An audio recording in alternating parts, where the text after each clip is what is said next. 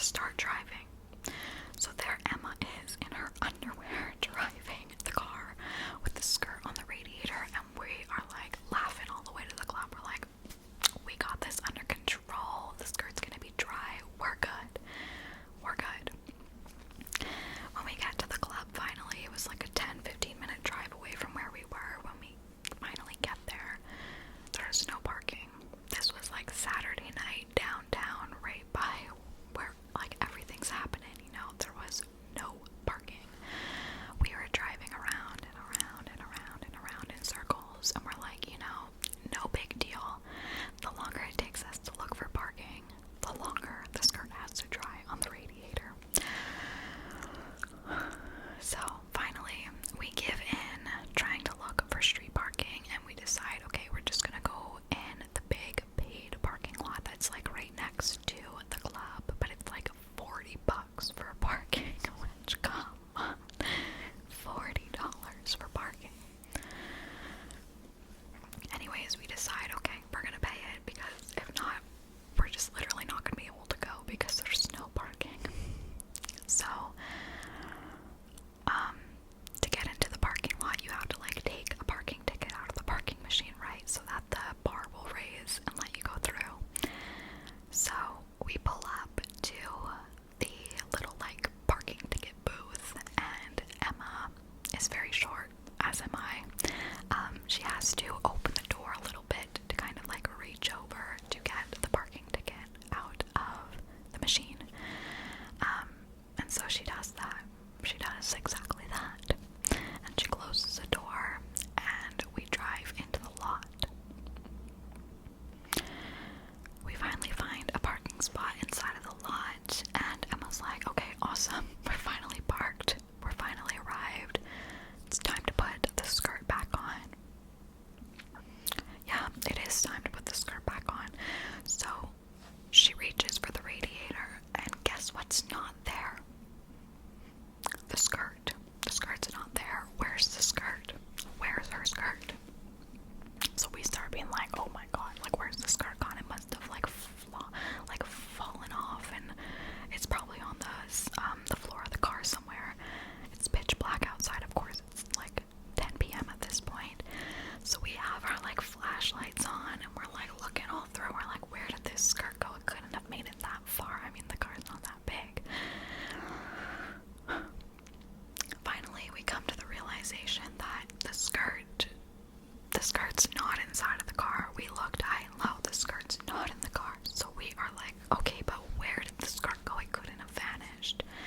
And that's when she gets this little inkling of a feeling, this little inkling of a memory she had when she went to open the door to grab the parking ticket, taken the skirt and put it on her lap, because she didn't want to go full commando, you know, and try to get the parking ticket.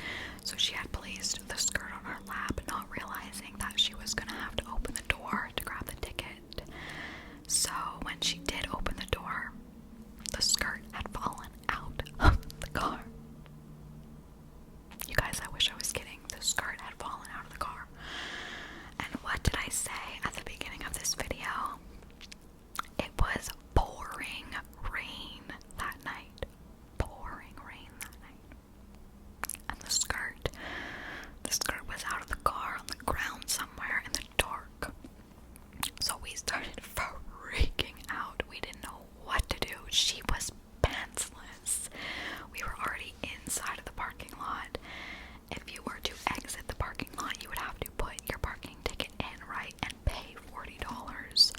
We had already paid like $100 for the spot at the table for my friend's birthday.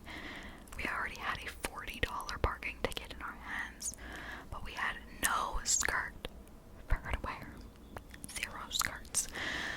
So we're like in the back trunk trying to like see if she has anything extra to wear. She had nothing. She had nothing to wear. So our next best thing was we were gonna try to flag down a parking attendant and ask them to go see if the skirt was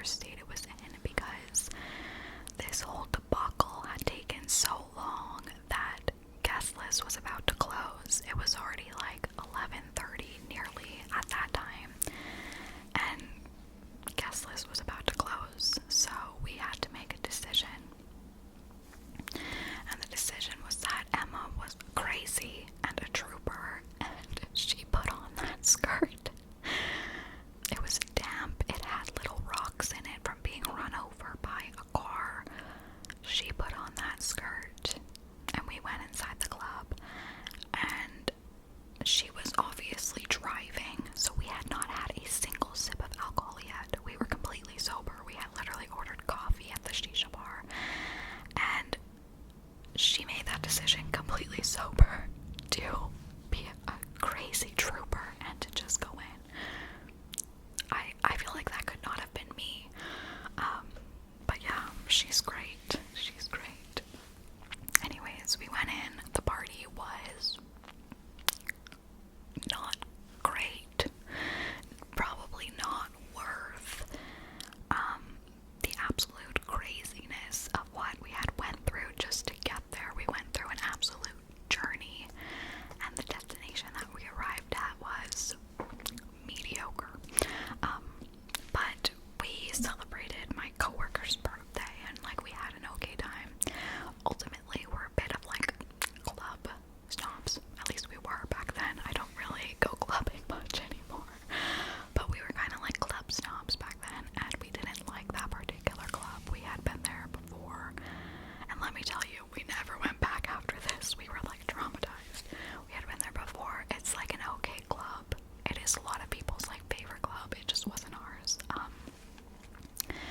But we made the best of it. We had an okay night. It was nice to celebrate that girl's birthday, and it was nice to see some of my coworkers that I hadn't seen in a while. But the craziest thing is that I actually, for the very first time in my life, met my now boyfriend, who I've been with for almost 5 years. I met him for the very first time that night. He was one of the guests of the girl whose birthday we had gone to, and like I said, she invited like 50 people, and I knew like 3 of them. I didn't know 50 of the people that she knew. He was not one of the people that I knew. I had never seen him, heard of him. I didn't even know he existed prior to that night. And lo and behold, the craziest, weirdest, strangest journey of a night led me to meeting him.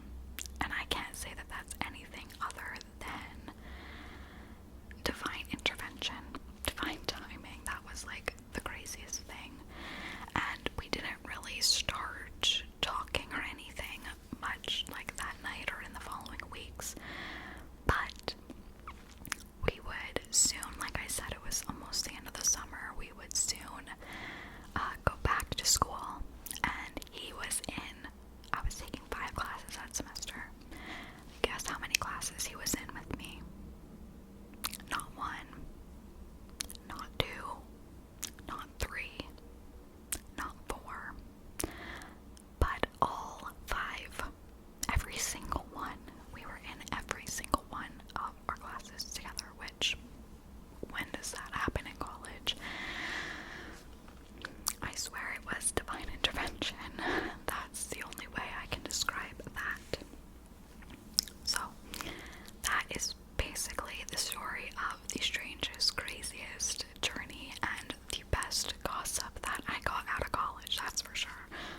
Like I said, I'm gonna be telling that story when I'm like 80 years old. I'm gonna be in the retirement home. I'm gonna be like, Janet, guess what? Yeah, you're gonna want to hear this story that happened to me.